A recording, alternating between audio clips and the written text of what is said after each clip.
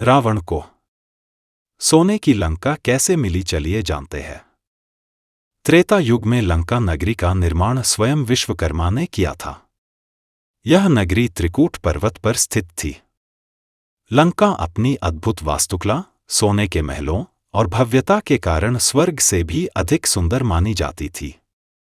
पहले यह नगरी राक्षसों की थी, लेकिन एक समय पर कुबेर, जो धन के देवता थे और रावण के सौतेले भाई थे, इस पर शासन करने लगे। रावण, कुंभकर्ण और विभीषण ने अपने पिता विश्रवा के निर्देश पर घोर तपस्या की थी। उनकी तपस्या से प्रसन्न होकर ब्रह्मा जी ने उन्हें वरदान दिया। रावण ने वरदान मांगा कि उसे देवताओं, दानवों, गंधर्वों और यक्षों से कोई मार नहीं सके। इस वरदान के कारण रावण का अभिमान बढ़ गया।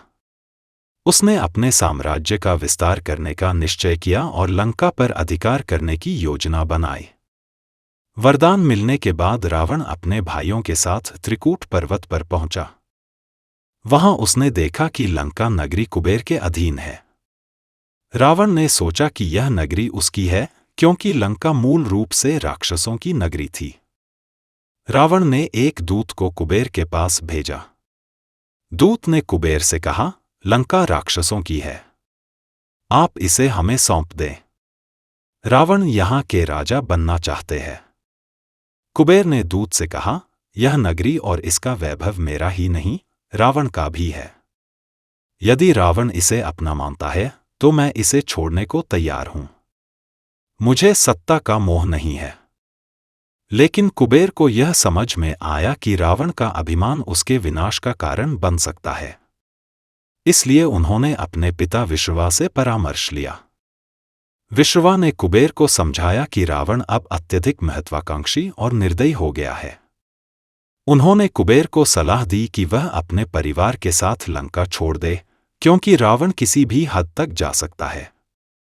अपने पिता के निर्देशों का पालन करते हुए कुबेर ने लंका नगरी को रावण के हवाले कर दिया। कुबेर कैलाश पर्वत की ओर चले गए और वहां से अपनी नई नगरी अलकापुरी बसाई।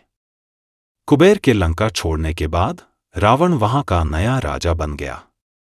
उसने लंका में अपना साम्राज्य स्थापित किया और इसे और अधिक शक्तिशाली और भव्य बनाया। लंका नगरी को सोने की नगरी कहा जाने लगा। रावण ने इसे अपने पराक्रम और राजकीय वैभव से सजाया, जिससे यह तीनों लोकों में प्रसिद्ध हो गई।